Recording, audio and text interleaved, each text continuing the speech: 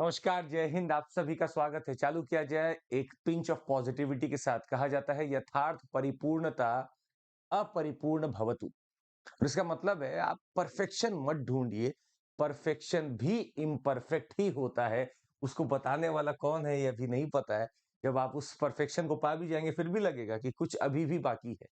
तो हो सकता है जो परफेक्शन आप ढूंढ रहे हो वो भी इम्परफेक्ट हो। तो कोशिश करिए बेटरमेंट ढूंढिए। On a daily basis find out betterment, और धीरे धीरे जब आप बेटर होंगे तो शायद इस जिंदगी का नाम बेटरमेंट ही है। चालू करते हैं सेशन। आज हमें क्या पढ़ना था पेपर में, आपको जल्दी से बता दें। पहला टॉपिक, इंडिया यूएस की थीम को एक्सप्लोर कर रहा है। US blames Indian official for plot against Pannu. अब खालिस्तान का मैटर देखिए हर जगह ही लगभग चल रहा है, यूएस हो, कनाडा, ऑस्ट्रेलिया हो। और कनाडा ने तो इल्जाम लगा दिया, वैसे ही यूएस करना चाह रहा है और बोल रहा है कि हमारे कुछ इंस्पेक्शन में पाया गया कि कोई अधिकारी इन्वॉल्व है इंडिया का, जो कि खालिस्तानी जो भी ये सपोर्टर है या वर्कर है, जो भी है ये, इनके खिलाफ वर्क कर रहा है हमारे भारत का कोई। ये रिपोर्ट हमें दी गई है। और तो भारत ने बोला ठीक है, हम एजेंसी को बोला कि ठीक है, हम एक इंक्वायरी बैठाते हैं, देखते हैं कौन है ये। नहीं मिलेगा तो फिर देखा जाएगा, मिल गया तो भी देखा जाएगा, वैसे मिलना मुश्किल है। तो ये कहानी है यहाँ पे जो चल रहा है, और बहुत सारे लिंक्स निकाले जा रहे हैं। So this is what is happening right now. Let's see what happens. ये बैठे बैठे कहीं से भी धमकी तो आजकल लोग दे ही दे रहे हैं, और हम अगर कुछ भी बात करें तो शायद हम पे इल्जाम लगने लगता है। पर खैर, इंडिया यूएस के रिलेशन के बीच में आप किसी के सॉइल पे अगर कुछ भी करने का कोई भी कोशिश करता है तो एक गलत सिग्नल जाता है। देखते हैं अभी इस मैटर पे क्या होगा। अगला टॉपिक जो हमें आज पढ़ना था वो है लोकेशन इंडिया मिडिल ईस्ट के बारे में। India backs UN resolution against Israel. सोचिए इजराइल के कितना खिलाफ जा रहा है भारत। और हमने आपको उस दिन बोला था कि it is only diplomacy that will win. It is not India Israel, it is not India Hamas और Gaza, it is only diplomacy that will win. और हमारा स्टैंड बिल्कुल क्लियर है।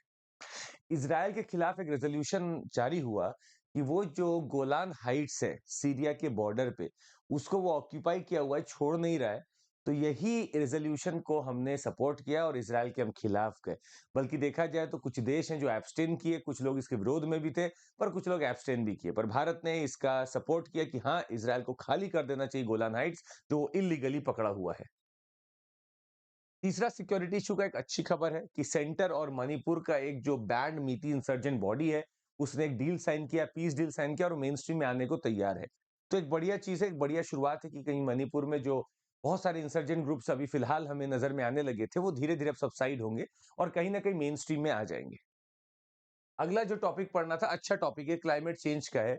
और पहली बार ऐसा हो रहा है कि COP28 जो दुबई में आपका चल रहा है, वहां पे पहली चीज निकल के आई है, जो गैस और ऑयल फर्म्स है वहां पे, they have pledged to go carbon neutral. Carbon neutral का मतलब होता है कि मैं जितना कार्बन एमिट करूंगा उतना ही सिंक करने की कोशिश करूंगा। इसी को नेट न्यूट्रलिटी कहा जाता है, कार्बन न्यूट्रलिटी कहा जाता है, या कार्बन नेट न्यूट्रलिटी कहा जाता है। मैं जितना निकालूंगा वापस उतना ही ले लूंगा। तो कोशिश करिएगा इस चीज को समझने का कि इसका ये मतलब बिल्कुल नहीं है कि मैं अब एमिशन नहीं करूंगा। मैं एमिशन करूंगा पर बाकी से उसको समाहित कर लूंगा। Could dead stars crash with the light of 500 million suns? देखिए ये टॉपिक तो बड़ा अच्छा है, बहुत बड़ा टॉपिक है, पर हम इसमें जानबूझ के आपको बस वर्ड्स देना चाहते थे। हम इस आर्टिकल के माध्यम से आपको बताना चाहते थे कि मैग्नेटार्स क्या है, ब्लाजार्स क्या है, क्वासार्स क्या है, और हम तीनों को पढ़ाने की आपको कोशिश करते हैं, और आपको भी यही तीन पढ़ना है। वर्ड बेस्ड क्वेश्चंस बहुत आते हैं। अगर मुझे बहुत कुछ नहीं भी पता है तो कुछ बात नहीं, अगर मुझे वर्ड भी पता है, मुझे थोड़ा बहुत उसका भनक भी है, तो भी मैं जवाब दे दूंगा। मुझे वही डेवलप करना है स्किल कि क्या वर्ड बेस्ड क्वेश्चंस आ सकते हैं और मुझे उसको हिट करना है। अगला topic, government page way for 16 finance commission panel. तो जो 16 फाइनेंस कमीशन बनने वाला है, तो उसका जो भी मतलब आपका ये टर्म ऑफ रेफरेंस है, उसके लिए सारी चीजें बन चुकी हैं आपकी, और कोशिश की जा रही है कि टर्म ऑफ रेफरेंस को बनाए रखें। टर्म ऑफ रेफरेंस से पता चलता है कि वो क्या क्या पढ़ेगा, कैसे पढ़ेगा, क्या पिछली बार से नया टर्म ऑफ रेफरेंस बन रहा है, तो ये सब उसका दिया जाता है। ये कॉन्स्टिट्यूशनल बॉडी है। आपको एक चीज बस बतानी है कि संविधान के किस आर्टिकल में फाइनेंस कमीशन का जिक्र है, नीचे कमेंट करके जरूर बताइएगा। Tamils are being pushed out in north and east of Sri Lanka, says Tamil MP. तो अभी क्या हो रहा है कि तमिलनाडु का अगर आप ज्योग्राफी देखें तो इसका नॉर्दर्न पार्ट और eastern part have Sri Lankan Tamils, central वाला पार्ट हैव इंडियन तमिल्स। तो धीरे-धीरे क्या हो रहा है, जो सिन्हला मेजॉरिटी कमिटी है वहाँ की, वो धीरे-धीरे पुश की जा रही है कि आप नॉर्थ और ईस्ट में जाओ और धीरे-धीरे तमिल्स को वहाँ से हटाओ। ये कोशिश की जा रही है श्रीलंका द्वारा, क्योंकि इन्होंने बहुत सारे हमारे अमेंडमेंट को तो माना नहीं, हमारी चीज़ों को इन्होंने इज़्ज़त और तवज्जो नहीं दी, तो फिलहाल ये लोग के ऊपर ये एलिगेशन लगाया जा रहा है। अगला था Sri Lanka reaches deal with India Paris Club on debt plan. India neighbourhood का मेरा टॉपिक है, जिसमें हम पढ़ते कि कैसे श्रीलंका ने डिफॉल्ट किया बहुत बड़े लोन्स पर, कैसे भारत के साथ, जापान के साथ और अगले अलग जो क्रेडिटर्स है, पेरिस क्लब एक इनफॉर्मल ग्रुप है, उसके साथ कैसे वो एक डील पे पहुंच रहा है ताकि वो धीरे धीरे अपना प्लान बना सके, डेट देने का रिस्ट्रक्चर किया है उसने। ये सारी बातें यहाँ पे हमें दिख रही हैं, इसको समझ सकते हैं।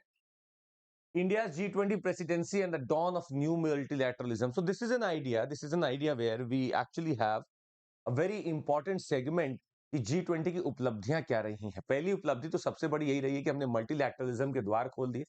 हम अफ्रीकन यूनियन को ले आए और बाकी क्लाइमेट के ऊपर हो या किसी भी चीज के ऊपर, हमने सबके ऊपर कुछ ना कुछ जरूर बोला है। तो G20 का हमारे पास होना, ग्लोबल साउथ के कंसर्न को एड्रेस करना है, मल्टीलैटरलिज्म के द्वार खोलना है और लोगों को बताना है कि see if you can actively pursue lot of things it can happen surely. तो यही चीज हमें इस आर्टिकल में पूरे को देखने को मिली है। व्हाट इज बिहाइंड द हलाल certificate ban in UP? Please understand, हलाल सर्टिफिकेशन का मतलब है कि कुछ ऐसे एजेंसी हैं जो किसी चीज पे हलाल का टैग लगाती है। इसका मतलब होता है कि ये परमिसिबल है, ये अलाउड है।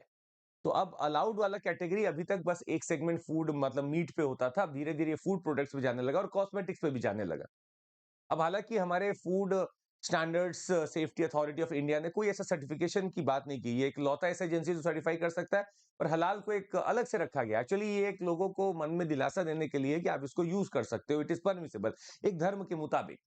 तो यूपी में इसको बैन कर दिया गया। हालांकि बस यूपी में डोमेस्टिक यूज बंद किया गया है, इसका एक्सपोर्ट पे ऊपर कोई बात नहीं है, वहां पे अभी भी ये अलाउड है, हो सकता है।